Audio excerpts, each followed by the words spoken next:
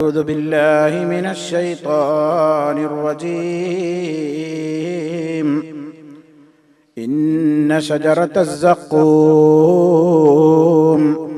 طعام الأثيم كالمهل يغلي في البطون كغلي الحميم.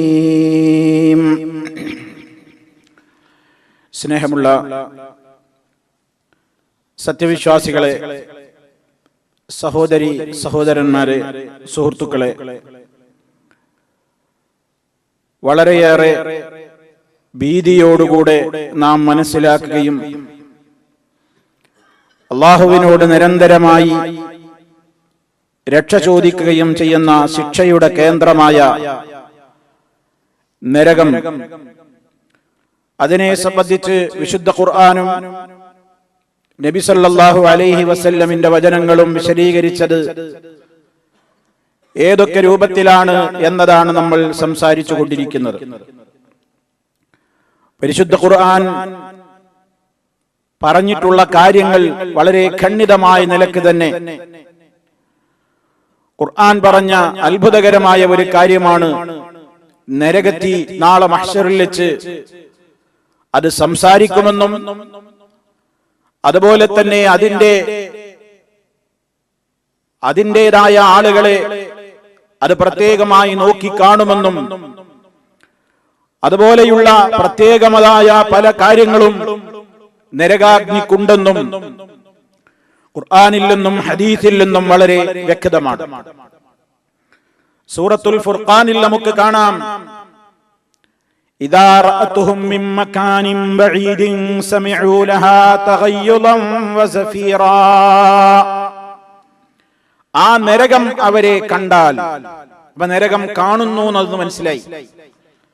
നരകം നോക്കുകയും കാണുകയും ഒക്കെ ചെയ്യുകയാണ്. നരകം അവരെ കണ്ടാൽ മിൻ മകാനിൻ ബഈദ്, വളരെ ദൂരത്ത് നിന്ന് തന്നെ അവരെ നരകം കണ്ടാൽ സമിഉ ലഹാ, അവർക്ക് ആ നരകത്തിൽ നിന്ന് കേൾക്കാൻ സാധിക്കും. തഗയ്യുളൻ വസഫീറ, തഗയ്യുൾ എന്ന് പറഞ്ഞാൽ കോപം വമിക്കലാണ്, രോഷപ്രകടനം.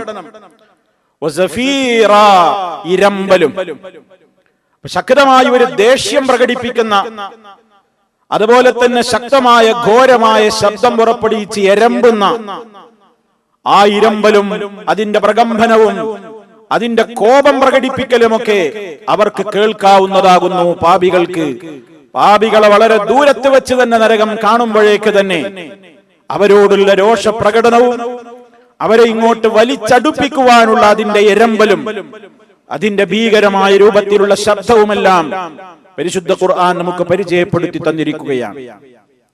സൂറത്തുൽ മുൽക്കിലും അല്ലാഹു തആല പറഞ്ഞു, തകാദു തമയ്യസു മിനൽ ഗൈള്, ഉഗ്രകോപം നിമിത്തം പൊട്ടിപ്പിളർന്നു പോകുമാറാകും. ആ നരകത്തിന് ദേഷ്യം പിടിച്ചിട്ട്, നരകത്തിന്റെ അത്യുഗ്രമായ ദേഷ്യ നിമിത്തം അത് പൊട്ടിപ്പിളർന്നുകൊണ്ട് വേറിട്ട് വരികയാണോ എന്ന് തോന്നുന്ന നിലക്ക് അതിലേക്കുള്ള ആളുകളെ ദൂരെ വെച്ച് കാണുമ്പോഴേക്ക് തന്നെ നരകം അവരിലേക്ക് പാഞ്ഞടുക്കുമെന്നാണ് പരിശുദ്ധ ഖുർആൻ നമുക്ക് വ്യക്തമായി പറഞ്ഞു തന്നിരിക്കുന്നത്. അപ്പൊ നരകം കാണുന്നു എന്ന് ആയത്തിൽ നിന്ന് മനസ്സിലായി. നരകത്തിന് സംസാരമുണ്ടെന്ന് വിശുദ്ധ ഖുർആനിൽ നിന്ന് മനസ്സിലായി. ഇനിയും നോക്കൂ, നരകം സംസാരിക്കുന്ന രൂപം. യൗമ നഖൂലു ലിജഹന്നമ ഹലിം തലഅതി വതഖൂലു ഹൽ മിൻ മസീദ്. നരകത്തോട്, ജഹന്നമിനോട് നാം പറയുന്ന ദിവസം, അല്ലാഹു പറയുകയാണ്, ജഹന്നമിനോട് നാം ചോദിക്കുന്ന ദിവസം, ഹലിം തലഅതി, നിനക്ക് മതിയായോ, നീ നിറഞ്ഞുവോ, നിനക്ക് മതിയായോ എന്ന് നാം ചോദിക്കുന്ന ദിവസം. വതഖൂൽ, ആരാ പറയുന്നത്? നരകം പറയും. നരകം റബ്ബിനോട് ചോദിക്കും, ഹൽ മിൻ മസീദ്, ഇനിയും വർധനവുണ്ടോ? അല്ലാഹ് തന്നോളൂ, ഞാൻ എത്രയും സ്വീകരിക്കാൻ ഇവിടെ വിശാലമാണ്, ഇനിയുമുണ്ടോ, ഇനിയുമുണ്ടോ എന്ന് നരകം റബ്ബിനോട് ചോദിക്കുന്നു. ഇപ്പൊ നരകത്തിന്റെ രോഷപ്രകടനം, നരകത്തിന്റെ അത്യുഗ്രമായ കോപത്തിന്റെ പ്രകടനം, അതിന്റെ ഇരമ്പലും ബഹളം വെക്കലും, അതിന്റെ ദൂരത്ത് വെച്ച് തന്നെ അതിലേക്കുള്ള പാപികളെ അത് കണ്ടുവെക്കലും, അതുപോലെ തന്നെ ഇനിയുമുണ്ടോ ഇനിയുമുണ്ടോ എന്ന് റബ്ബിനോട് ചോദിക്കലും. ഇനിയും ഹദീസുകളിൽ കാണാം,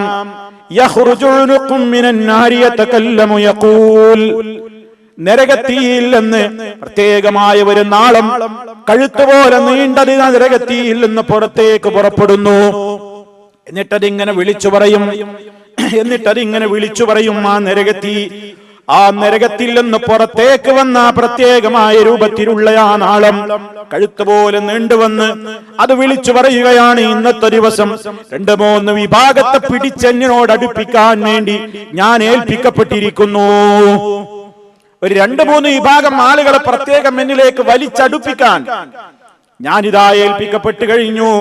ആരാണ് ഒരു വിഭാഗം? ബികുല്ലി ജബ്ബാരിൻ അനീദ്, അഹങ്കാരികളായി ജീവിക്കുന്ന, കിടമത്സരം കാണിച്ചു കൊണ്ടിരിക്കുന്ന, അല്ലാഹുവിന്റെ നിയമാവലികളോട് വളരെയേറെ പുച്ഛവും പരിഹാസവും കാണിച്ചുകൊണ്ട് താൻ പോരിമയും അഹങ്കാരവും ആ നിലക്കുള്ള ധിക്കാരവുമായി നടന്ന സർവ്വധിക്കാരികളെയും ഞാനിതാ പിടിക്കാൻ പോകുന്നു.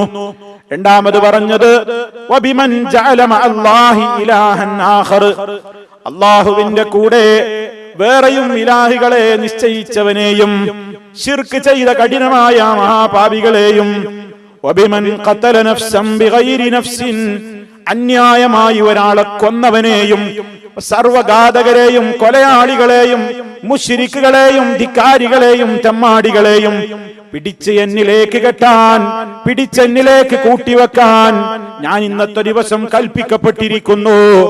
അങ്ങനെ ആ നരകം അവരെ പിടിച്ച് വലിച്ച് ജഹന്നമിന്റെ ആഴങ്ങളിലേക്ക് താഴ്ത്തുകയാകുന്നു.